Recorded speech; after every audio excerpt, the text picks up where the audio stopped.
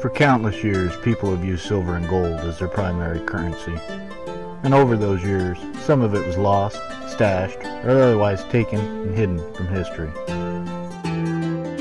These are the stories of America's buried treasures in your neck of the woods. Today's treasure tale takes us to Potter County, Pennsylvania, for the story of a hoard of gold coins disguised and buried in old powder kegs.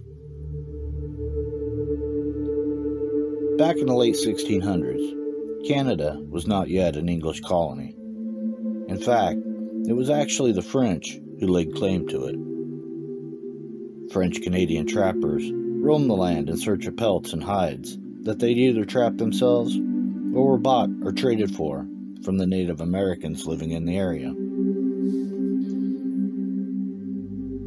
Most of the furs were sent back to Europe, where they'd fetch a premium to be made into the latest fashions of coats, hats, blankets, and other garments.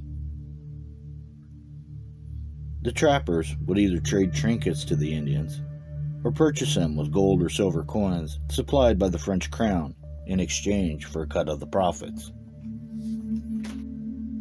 Around the year 1697, the French King Louis XIV sent an expedition of men along with $300,000 worth of gold coins to the New World to be delivered to the French governor of Canada, located in Montreal. The men, a group of about 20 Frenchmen, 2 Jesuit priests, and a handful of friendly Indian scouts, arrived by ship to the French port of New Orleans,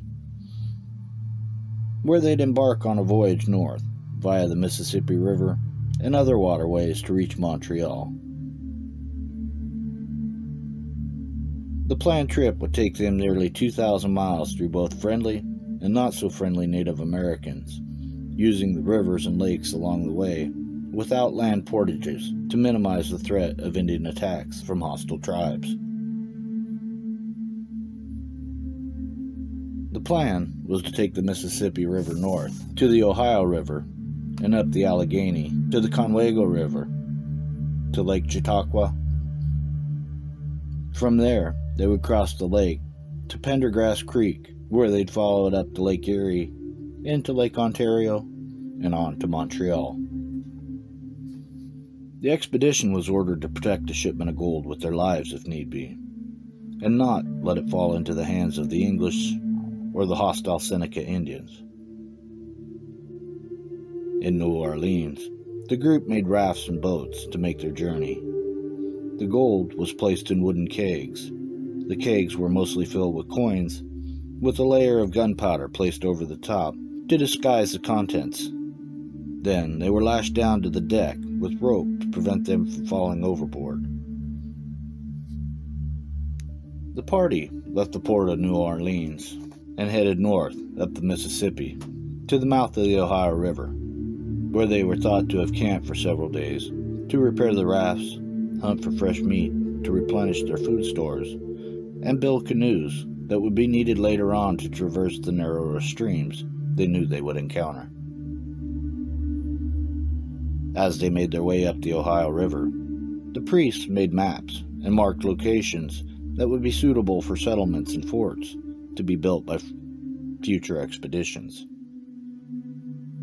The group most likely stopped again at the Shawnee Indian village along the Scioto River, where the town of Portsmouth, Ohio stands today.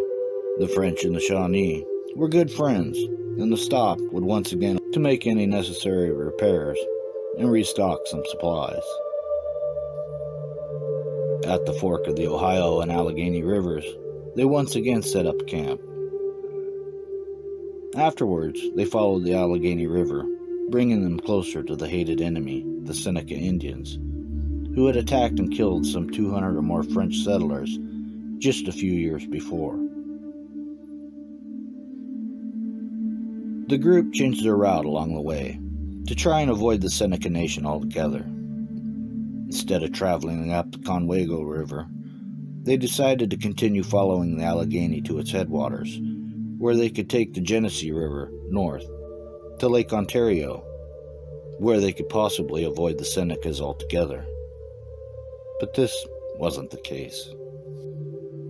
The Senecas spotted the expedition and attacked them several times as they moved up the Allegheny River. The group managed to hold off the attack, but new Indian runners would make it back to the village to muster up more warriors that they likely would not be able to fend off.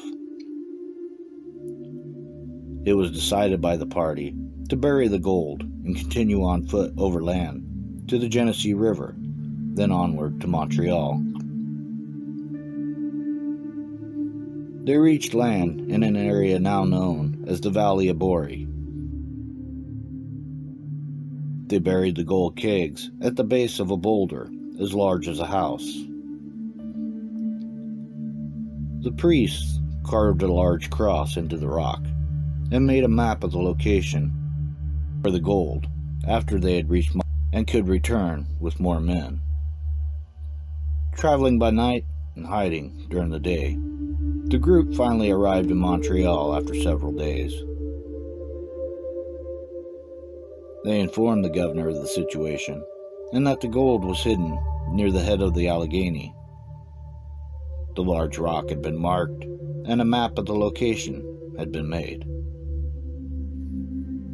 It was later learned that the Senecas had found the rock in the Boree area, but being superstitious, the Senecas believed that the symbol of the two crossed sticks was a French religious totem and dangerous to them, so they never disturbed it. The French also learned that an English settlement had sprouted up in the area. Between the threat of the Senecas and now a group of English settlers, it was thought that the French abandoned the cache, as no record of its recovery had ever been documented. It's still thought to this day that the gold lay at the base of a large rock marked with a cross somewhere near the head of the Allegheny River in Potter County, Pennsylvania, just waiting to be unearthed. Maybe by you. Good luck. Happy hunting. Keep on digging it.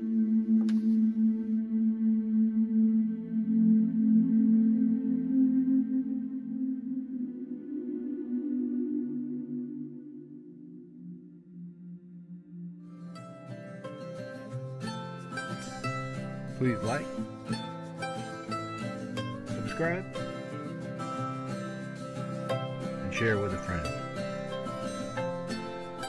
Hit that notification button to follow me on YouTube. Thanks for stopping in. Hope you enjoyed. Good luck, happy hunting, keep on digging. For even more to explore, check out